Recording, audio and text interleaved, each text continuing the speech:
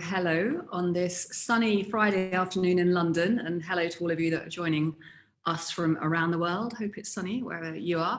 My name is Vanessa Norwood and I'm the Creative Director at the Building Centre, where we are very lucky to have the exhibition Garden of Privatised Delights. The Building Centre, the Architectural Association, the Museum of Architecture and the British Council came together to bring the 2021 British Pavilion from the 17th International Biennale di Venezia to London. Commissioned by the British Council and curated by Madeleine Kessler and Manojay Verghese of Unseen Architecture, the exhibition calls for new thinking around privately owned public space in cities across the UK. And it challenges the polarization of public and private organisations and instead poses new ideas about how we might work together to improve the use of and access to and ownership of public space. So today we're very honoured to be joined online by the Curators Collective, which was brought together they were international curators of the pavilions at the Venice Architecture Biennale under the theme of how we will live together, how will we live together? And ironically with this exhibition, because of the pandemic, we weren't able to come together as we would have liked to at Venice. So it's a great joy to be able to welcome the Curators Collective to speak with us today. So the collective was a coalition of National Pavilion Curators who participated in the 17th Venice Architecture Biennale, and curators from across the globe gathered for the first Curators Collective meeting to confirm their shared interest in curating and responding really to the Biennale's postponement and turning it into an opportunity to express greater solidarity. In keeping with this initial spirit, the Curators Collective meetings have evolved into an ongoing dialogue and exploration of collaborative possibilities for the 2021 Pavilion, the 2021 Biennale and beyond. The shared goal is to investigate new avenues for collaboration suited to the challenges we all face. And today is going to be an opportunity to hear from international curators about the afterlife of their national pavilions at the Venice Biennale. So I'm really thrilled to welcome our speakers who are, as well as Maddie and Manojay, who will be chairing the event. I'm very happy to welcome Alex Furanez and Sudhar Khadka of the Philippine Pavilion. Yes, please do wave. And Hai Won Shin of the Korean Pavilion, and Toshi Kuichi, the Japanese Pavilion, and Sofia Pinheiro and Domingo Gonzalez of the Spanish Pavilion. I'm going to hand over now with great thanks for bringing us all together today, handing over to Maddie and Manojay. Thank you, Vanessa. I'm just going to share my screen. One sec.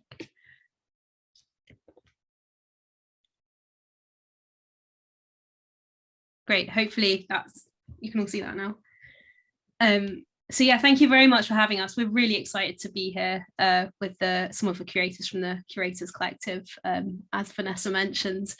We've put together a short presentation just to go a bit more further into that collaboration through both the CC and also the Garden of Privatised Delights. Yeah, so to start, I think we just thought we'd give you some context. So the 17th International Architecture Exhibition in Venice was titled How Will We Live Together? And it was curated by the architect Hashim Sarkis, who's also the Dean of MIT. And he came up with this theme to really look at how do we share space and how do we think about ways in which we'll live together with all the different kind of challenges that we face going forward into the future. And it was within this overall theme that we curated national pavilions responding to this question. So Maddie and I won a competition to curate the British Pavilion, and this is us in 2019 when we won the competition and traveled to Venice for the first time.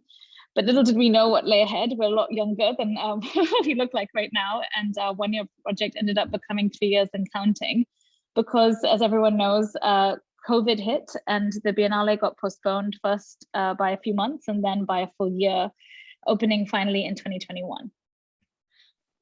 So I suppose the postponement of the Biennale, at first it was sort of quite an isolating moment for everyone because we're all experiencing these lockdowns for the first time in all our different countries. But at the same time, Haiwon from the Korean Pavilion, who's going to talk a bit more about this later, she reached out to all the curators of the national pavilions from around the world and asked if we'd like to sort of meet together on Zoom and talk about the ways that we could mutually support one another and look for sort of opportunities together within this postponement. And so in 2020, we met online for the first of what would become many, many conversations together. And getting to know the curators through this collective became this sort of real silver lining of the postponement. And through that, there became loads of projects together that we started to collaborate on. One of these was a bench in Venice, which was initiated by the UAE Pavilion. And it sort of took the waste materials that hadn't been used from all the different national pavilions, catalogued these and put them out as a student competition for students around the world to propose benches around the Biennale. And then those benches were built within both the Giardini and Arsenale, and sort of saw different curators from different countries coming together to seek the permissions and allow this project to actually take place. And it was quite amazing. It did sort of happen within all the kind of different legislation and restrictions of the Biennale. And then another kind of initiative which sprung out of the CC was the Midissage, which was initiated by the Austrian Pavilion as a series of events, which took place at the midpoint of the Biennale. And this for us was the first time we sort of all had this opportunity to actually meet together in person. After a year of getting to know each other very well on Zoom, it was quite emotional to suddenly all be in the same place together in the same space. And not everyone could physically make it, so we would still have these hybrid events in Venice, but enough people could that it was quite a special moment. And allowed us to also start talking about how we could take this collaboration forward past the Biennale. So the spirit of collaboration really continues into our legacy for the British Pavilion, which was bringing it back to the UK and showing it to audiences here who were never able to travel to Venice, or in some cases didn't even know about the Biennale. And we were like really delighted that we got to work with Vanessa and the team at the Building Centre to make this happen. We finally made it to Venice, I think, halfway through the duration of the actual Biennale because of all the travel restrictions in the UK. But we were really conscious that lots of people couldn't, and that made this kind of afterlife of the exhibition really important. And we'd really looked to engage the public in different ways through like videos and interviews with members of our team. We had different designers design the 6 different installations in the British Pavilion. And we were quite keen to also use different media. So we have like a virtual tour and various other ways using social media to try and get people who couldn't travel during the Biennale to actually engage with it. And a lot of that still lives on till today through the kind of exhibition at the Building Centre. But I suppose from the outset of our proposal for the British Pavilion, we always saw the project as more than just the pavilion. We saw it as an opportunity to physically test different types of privatised public space, and each room was designed with a sort of key installation with the idea that that would then come back to a different public space in the UK to then be repurposed and used in different ways. And before COVID and the pandemic, we'd lined up a sort of series of potential spaces for these installations to go in. But as the pandemic hit, sort of a lot of people lost their funding and basically every single space fell through. So we suddenly had to sort of quite urgently look for new spaces for the pavilion to come back to. And this led to a lot of sleepless nights, going out to everyone we sort of knew to ask if they could help. Often we found that people could very kindly offer us a space to use, but perhaps not the funding to install the pavilion or to invigilate it. Or likewise, they would then want to ticket the exhibition, and for us it was really important it would be a free space for people to be able to visit. And we were so fortunate that Vanessa and her team at the Building Centre came to the rescue, and the pavilion, it sort of arrived back in the UK in pieces in March and opened in early April to the public to use at the Building Centre, and it's been such a collaborative experience of working together to raise the funding together to allow this to happen and to sort of very quickly realise the install together. And we're so delighted as well that it's a completely different space to it being in Venice. where it's in this in the Biennale and the Giardini, you have to pay for a ticket to be able to go there. You need to be able to get to Venice in the first place. And at the building centre, it's completely free for anyone to access. And we found it's really widened the audience of who's kind of visiting the pavilion, and allowing us to have lots of really interesting conversations that kind of widen that discussion to both architecture and privatised public space. And so we'll leave it there and hand over to Haiwan to continue the conversation about collaboration and afterlives of the pavilions. But thank you.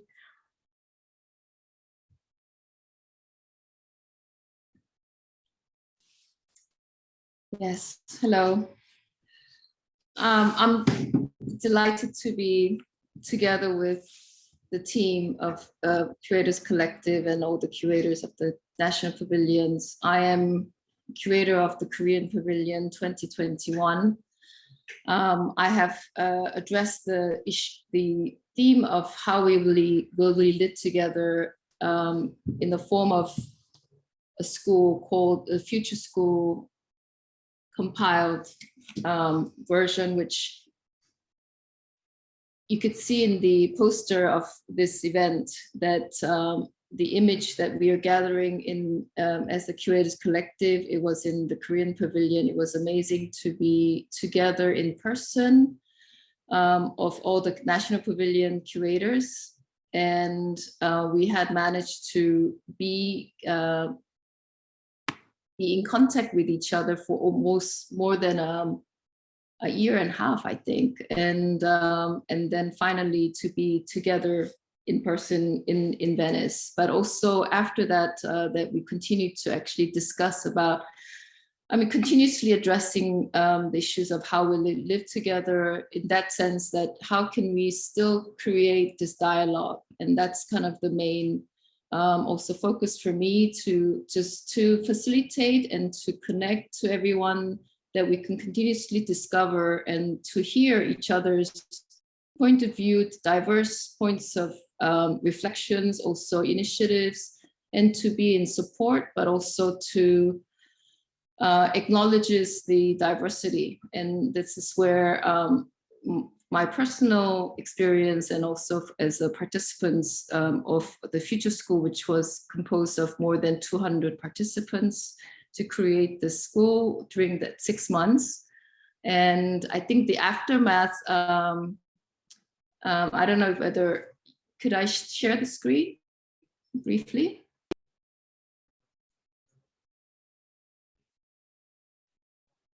Yeah? Yeah, we can see that. Okay. So just to show the image of quickly of the Korean Pavilion, all the materials that we have exhibited there has been donated to local people, even all the screens, the materials, and then especially all the items in the kitchen. I'm just gonna flip through. These were all the kind of infrastructure to create a space where people could gather and then create a school. And especially these items were specifically not to return back to Korea, but because we always had a return exhibition, but in this sense, the whole theme was to create kind of events and programs. So we could not kind of duplicate these programs, but all these items could be reused and distributed locally. And especially there's one couple who just was ready to open a Korean restaurant in Venice. They also had all these materials that they could reuse it locally. So, and then aftermath is we had the special way of compiling and publish the school called the Future School compiled version, which you could also, sorry, my background is not showing, but this automated way of bringing more than 50 programs together to create a booklet. Then each of these programs has its life of its own, and they are continuing. Some of these programs that was to create a seaweed, alternative kind of seaweed, sea environmental performance that's continuing even, I think tomorrow, Song Ho-jun is creating this event. So all of these different programs that was related to environment, diversity, diaspora, and innovation, they all had, this future school has been more like a seed bed for all these things to further continue afterwards. Yes, thank you.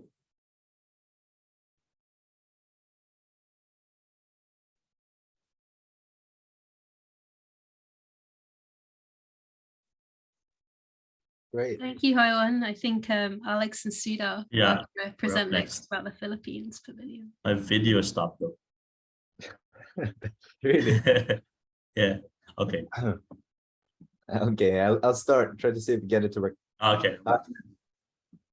It's back. Okay, so I mean, I think for us, CC has really been like a platform for mutual support. There's been amongst the pavilions, there's been a chance to really help each other out throughout every stage of the process, in the preparation, during the Biennale, but also after. Now for us, our pavilion, the Philippine Pavilion, was called Structures of Mutual Support. And what we were looking at were these kind of traditions that most cultures around the world already have culturally for mutual support, whether it's for harvest, whether it's for construction, or for kind of coping in the face of natural disasters. These traditions, they often have a name and they have a way of functioning. So early on in the preparation stage, we were getting help from Haewon to understand the Korean Tomasi, Sogo Fujiro from Koso, the Japan Pavilion. Daniel helped us with the Kalaka, and we had Toloka from Rafao. So there was this kind of like opportunity in the research phase even, and the preparation for the pavilion, to actually start discussing and learning from these different cultural contexts, which was really, really fascinating and important for us.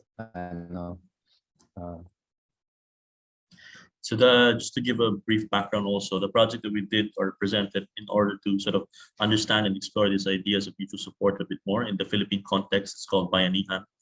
So we designed and built a library in a conflict mediation space with a community in the Philippines through this process. And we built it on site with the community, dismantled it and shipped it to Venice.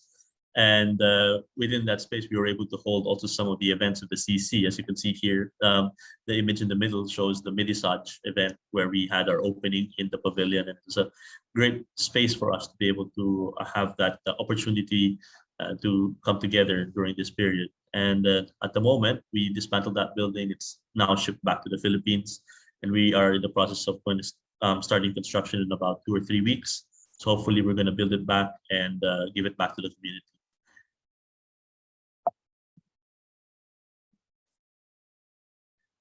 Because also of the CC and as was mentioned a while ago about the creators, the Midisaj and all these events, these are events that we were able to do to kind of the CC became like the platform by which all these other little projects or lectures were able to happen, like we did with the Singaporean Pavilion and with Haewon with the Korean Pavilion. We were able to hold a virtual workshop about this idea of Tolong, Tulong, and Kumachi, and how they are able to relate to this idea of collaboration in creative practice.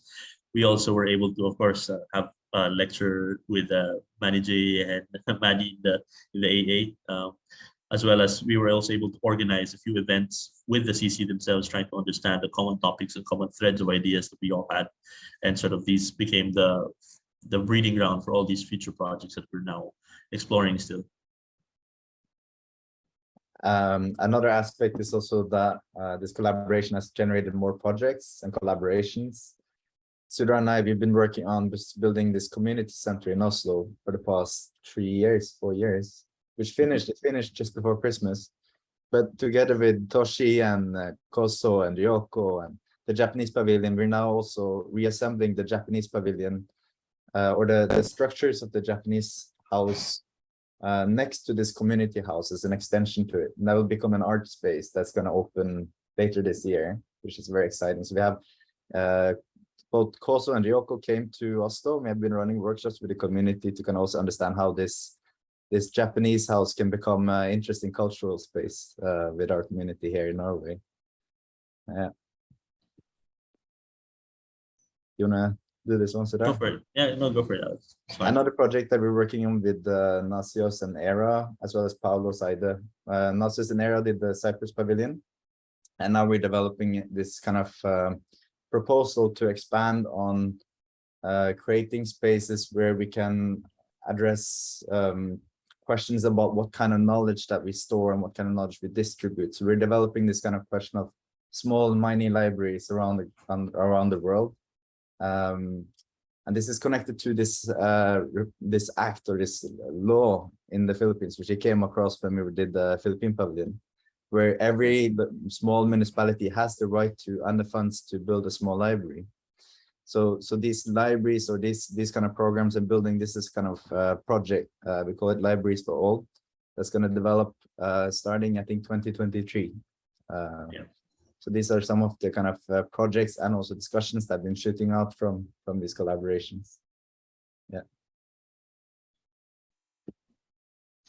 Anything to add, Sudha, or we pass it on? No, I think that's pretty good. I think Toshi could talk more about the Japan Pavilion collaboration, the Norway project. Yeah. Yeah. Thanks.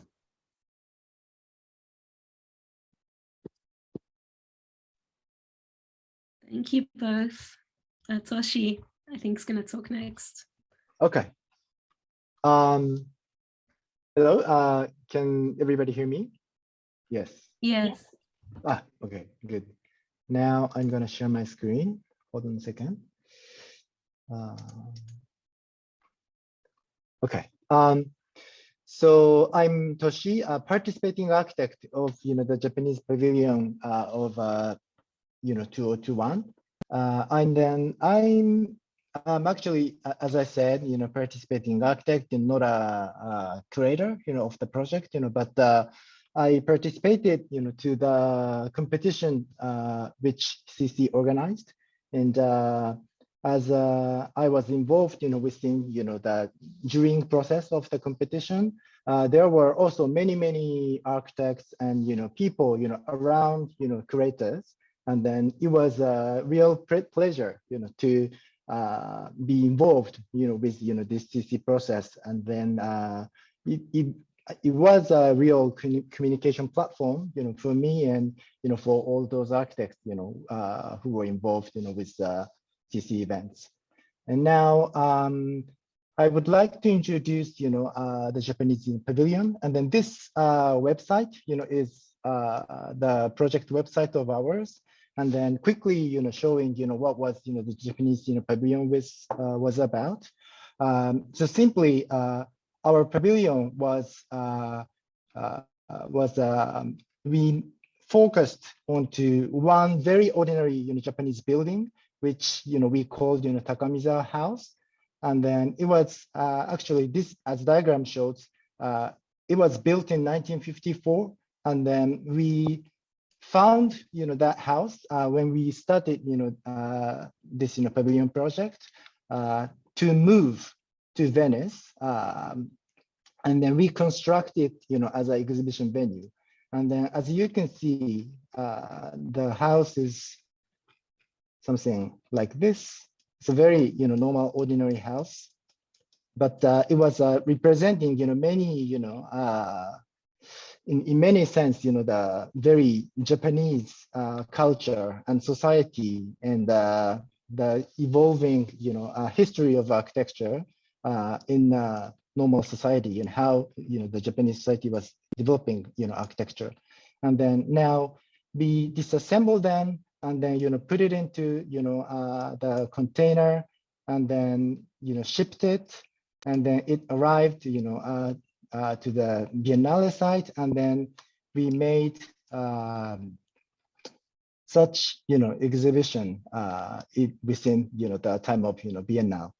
And then what we wanted to focus, was how, like, these kind of very normal, Japanese house can become a resource, to communicate, with international society, and then to explore, the potential, of architecture, if you carefully, look at them and then disassemble them and then, reconstruct it, then, you can start to find, a value within it, with, the history of, like each member, and then, within, the history, of, the owner, and then the process, that we did, with all those architects and carpenters.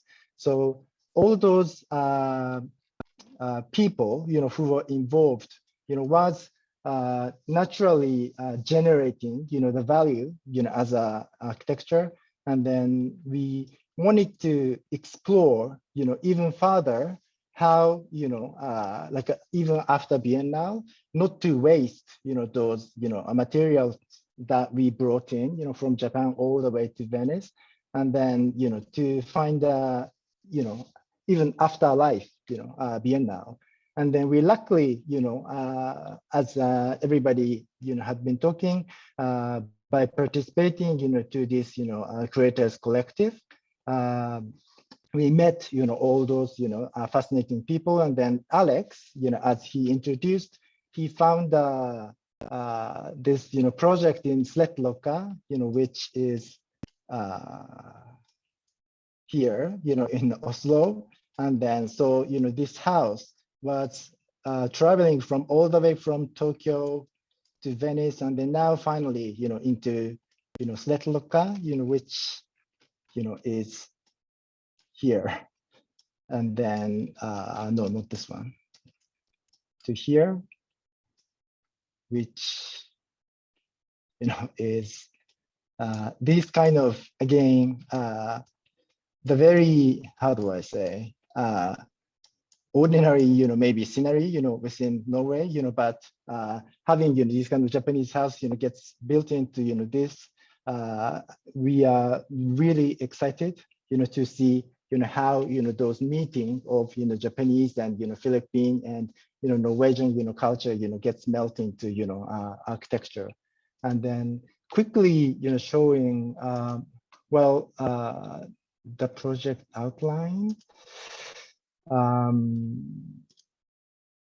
But as actually Alex already have been showing, so the way we are thinking, is this is the original Norwegian community center, which had a supermarket store inside also, and then at the edge of this Norwegian building, we are connecting the Japanese house in this kind of way.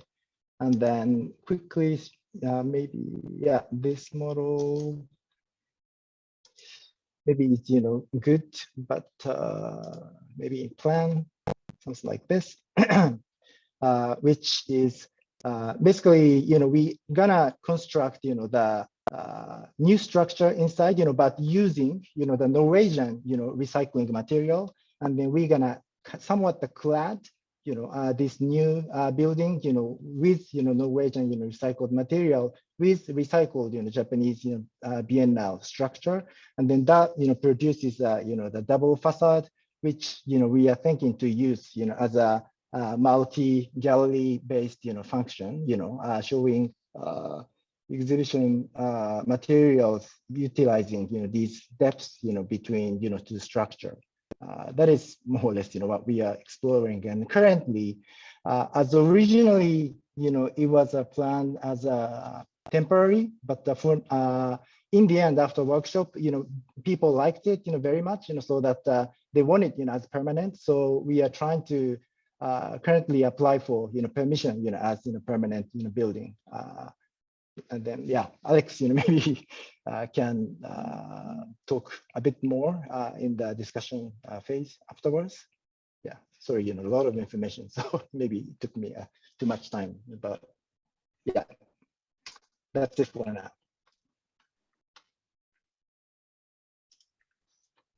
Great, we now hand over to Sophia and Domingo.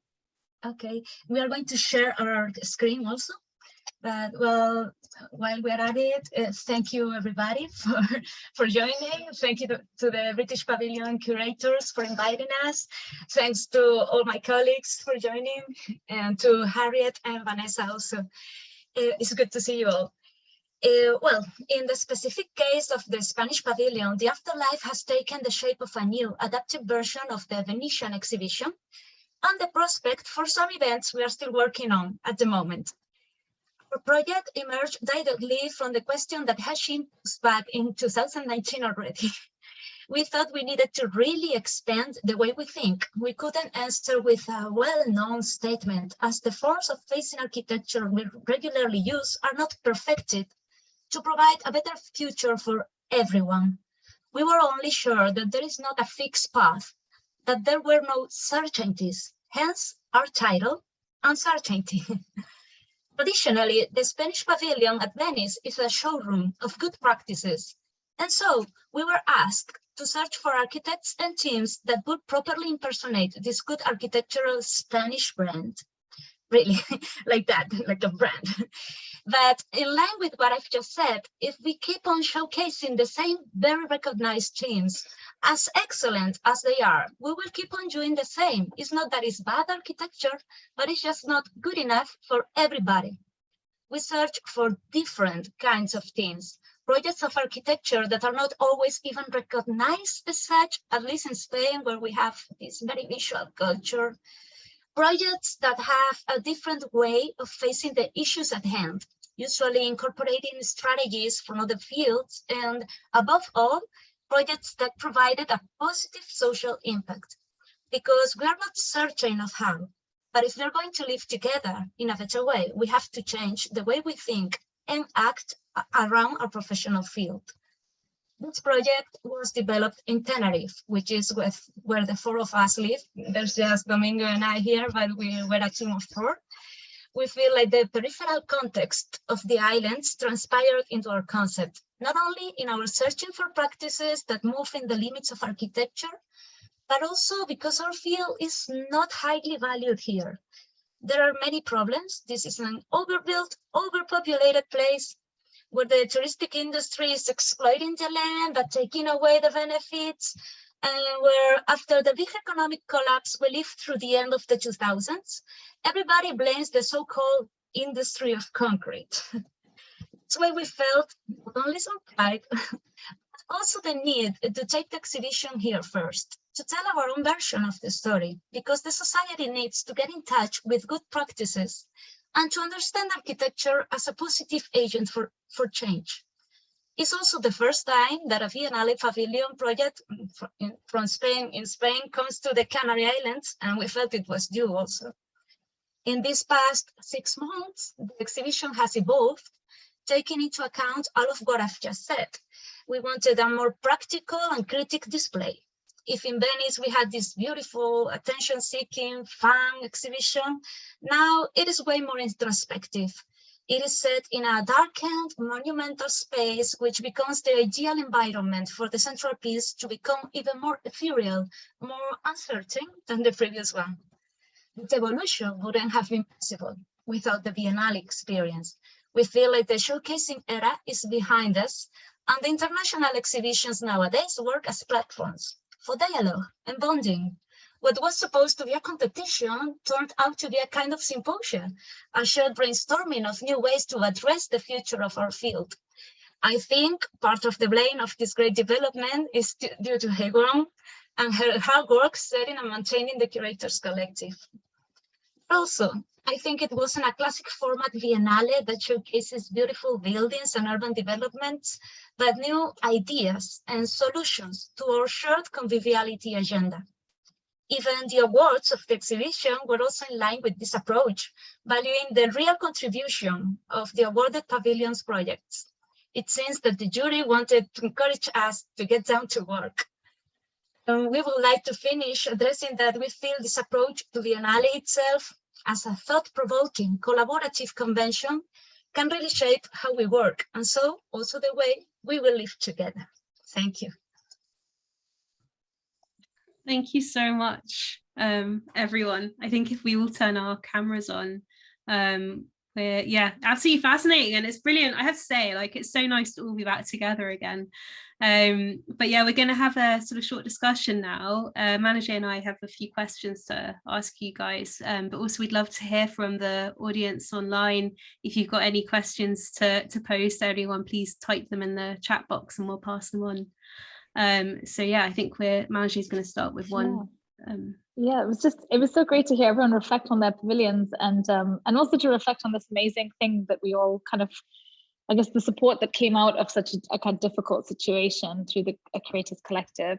And I guess to return maybe to you, Heywan, where it all began, I guess when you set it up, did you ever have any idea of like what it would become, and where do you see it going from here on out now that our Biennale is over, but the Biennale will continue to happen in the years to come?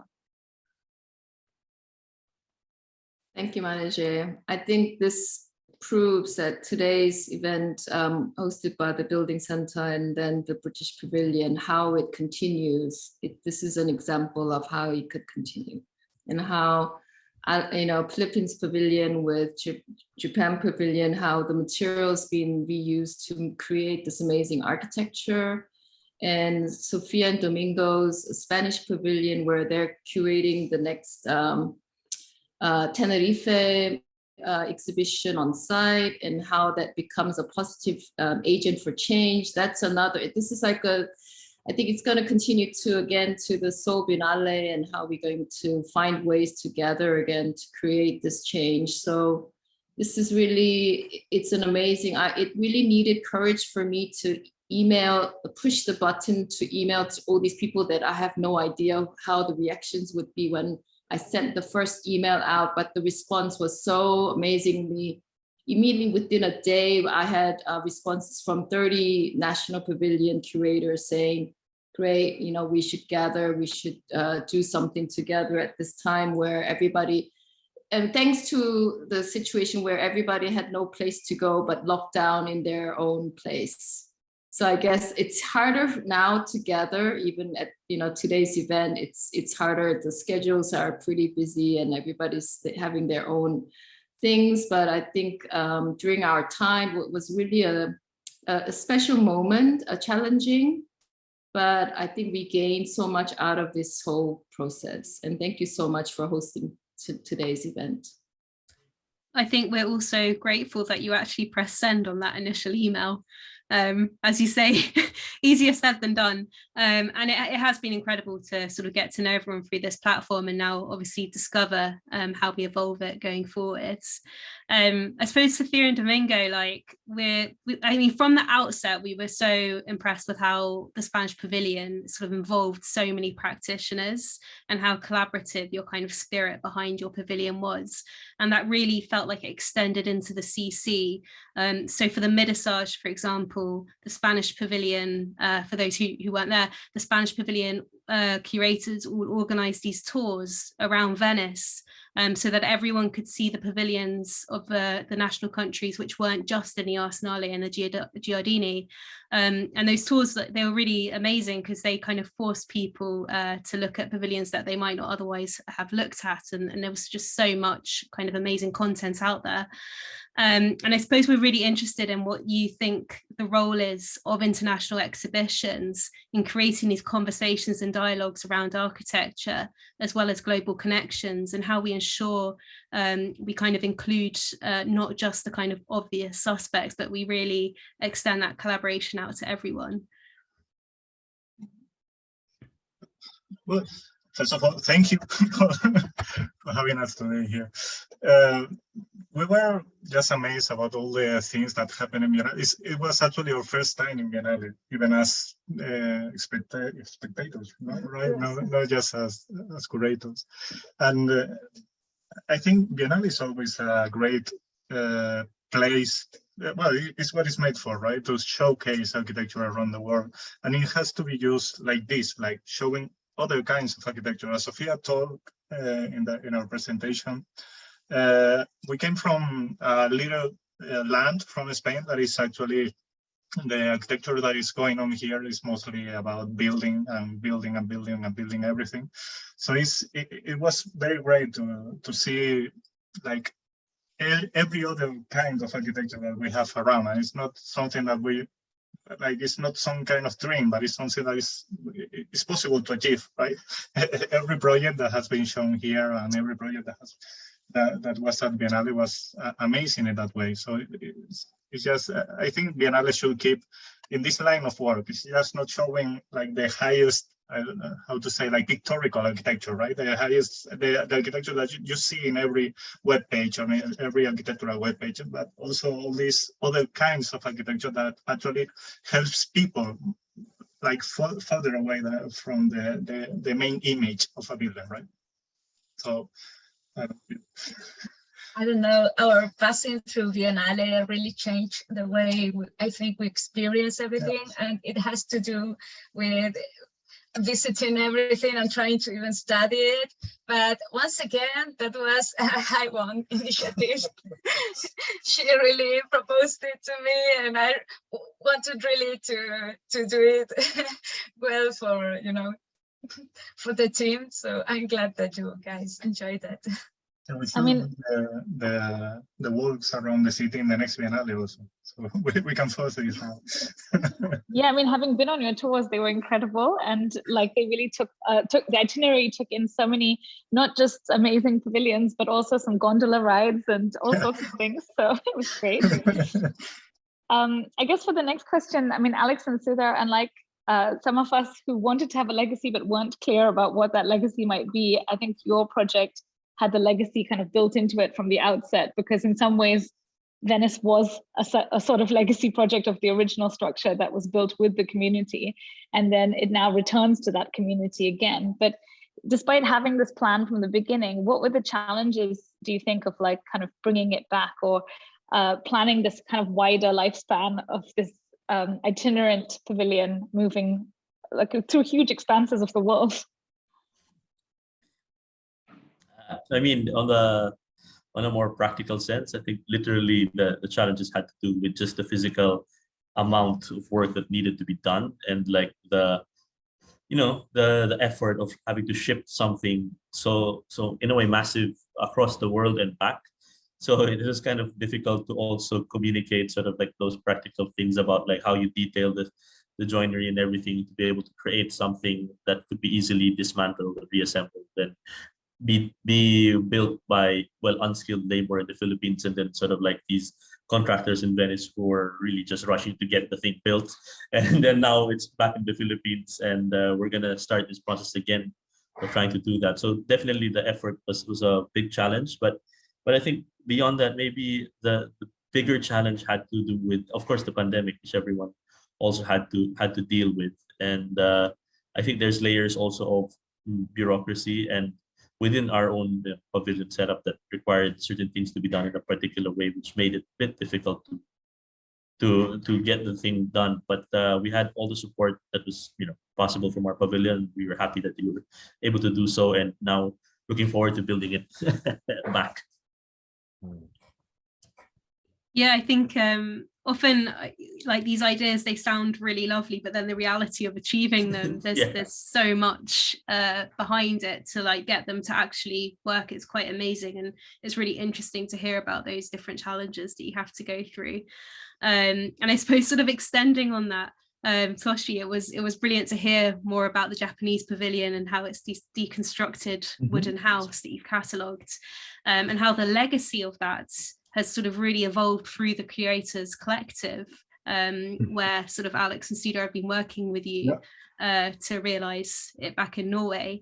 And it'd be great to hear more about, I suppose, not just the challenges around that, but also how you think we could encourage more of these conversations between different countries, perhaps from an earlier stage, to realise the legacy of these projects.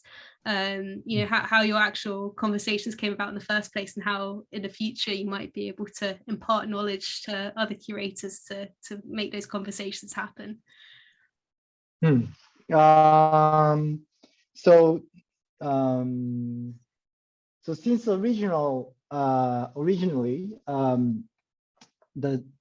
our like a team of Japanese Pavilion were discussing, like we were a little bit first at the very first beginning when we started the project, a bit skeptical, about like, the function of Biennale, in contemporary days, or working how. And then we, somewhat, came to the conclusion that, we wanted to explore like something real, which say could not happen, without using the Biennale, process or procedure. And so that, we knew it was crazy, to, disassemble the entire building and then move it, to Venice, and then, to look for, the people, who could receive it, after the Biennale. But that is, only possible, by like really doing, this exact, process, so we were interested in, how, it would involve. And then I don't actually remember, how, Alex and Kozo actually came to this idea, of using it, Did Alex, do you remember that? Like how it actually exactly started? Well, actually, Sudar and me and Koso, we were talking about, because we were talking with Koso about what is the Japanese form of mutual support. And then we realized actually what you're doing is also quite similar to what we're both shipping a pavilion. What are you doing afterwards, right? The discussion started quite early, but this has a lot to do with and I think this is interesting with the CC, is that it created that space to have the discussions and to share and to find out, how can whatever we're doing strengthen each other's initiative, right?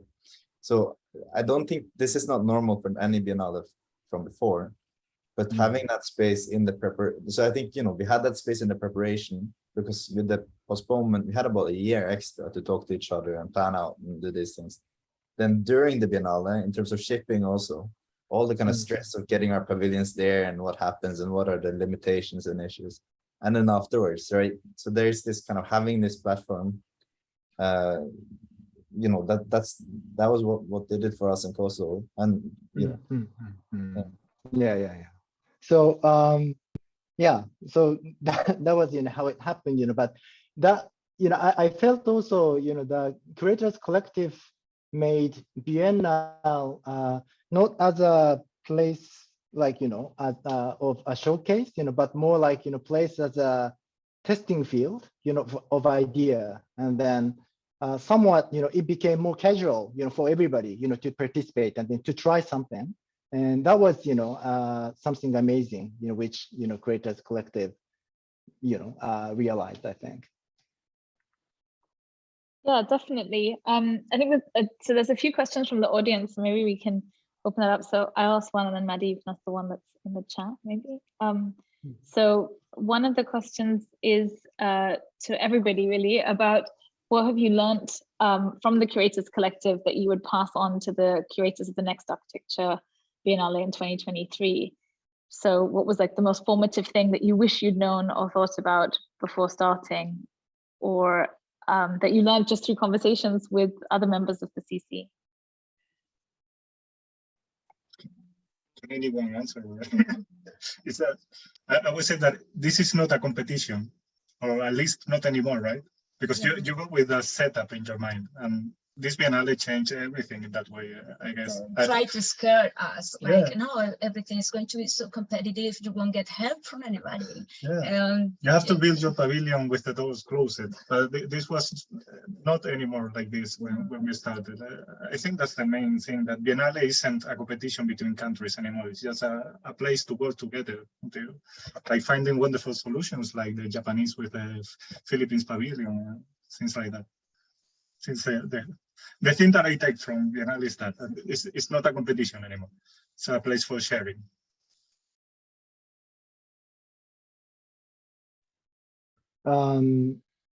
Maybe I go next, and basically, similar thing I wanted to say, but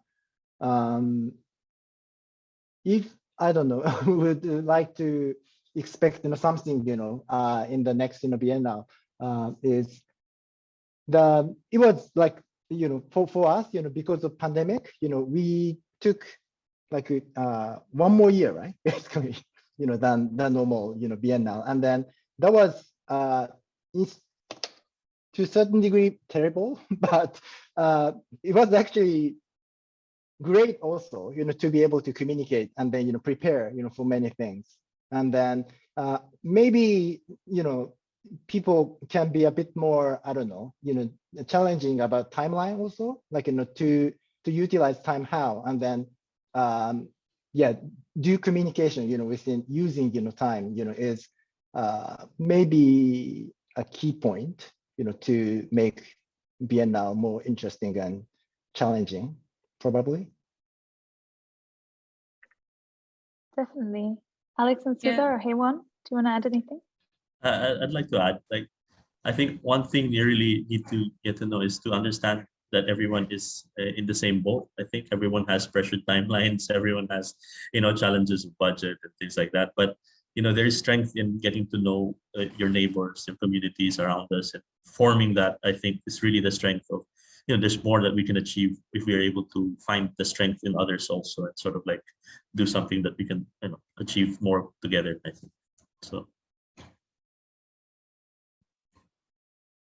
I think that it's definitely the time of extra time of 1 year helped for us to get to know each other. I think the next Biennale would be challenging to actually get to know, but I think we've shown that if there is an intention to communicate and to actually see that we cannot no longer be national bounded, we have to go transnational in the issues of environment, issues of all the things that we're challenged in the field of architecture. In a way, we are very different, but actually we are also very similar, what we're dealing. So in that sense, I think some people who have the intention of being the facilitator and likes to gather people and party and so on, and creating a platform and events for these things to happen. And this is part of, I think, a very important role of a curators, is to create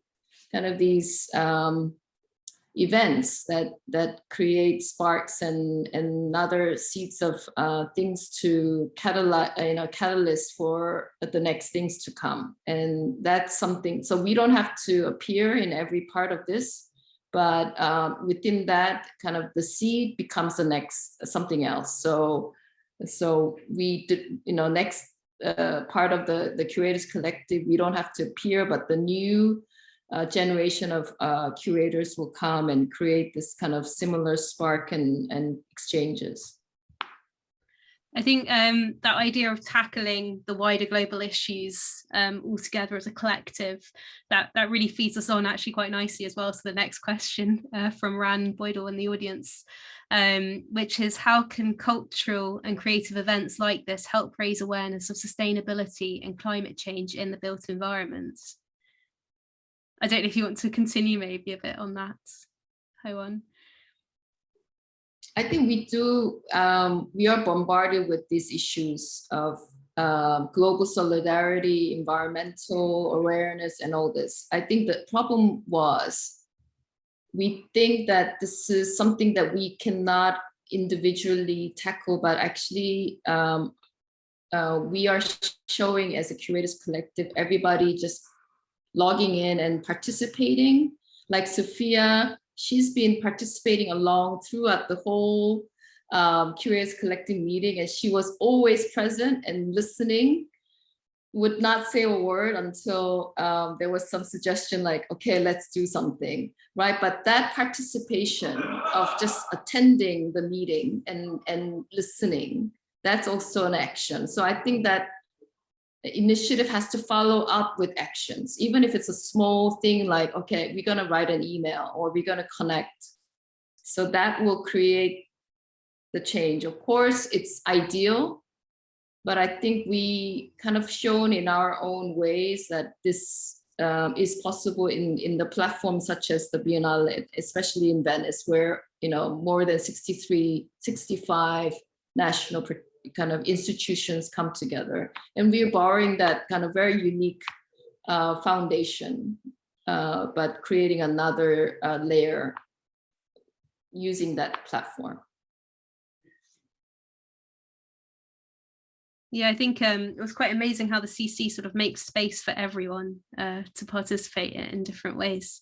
I don't know if anyone else had anything to add to the question about sort of how we can help raise awareness of sustainability and climate change. We'll have to wrap up, I think, very shortly.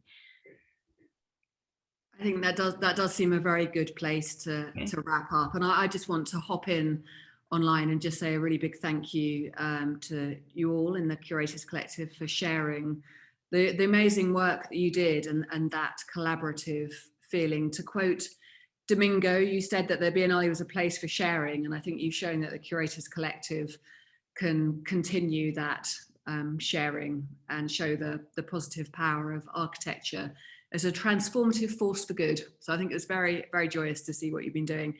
So big thank you to Alex, to Sudar, to Haywon, Toshi, Sophia, Domingo, and of course, thank you as always to Maddie and Manajay. So the Garden of Privatised Delights is open until October the 15th. We don't have a gondola, sadly, but we do have a very impressive exhibition. And as Maddie and Manajay mentioned, the exhibition was only possible to bring it to London through funding through the Building Centres Built Environment Trust from the AA and from the British Council. So thank you to all those institutions for making this possible. And thank you all. It was a real joy to hear what you've been doing, and long may it continue. So thanks everybody for watching, and thank you all for joining us. Thank you, everyone. Thank Bye-bye. Thank you. Bye. Thanks, Vanessa.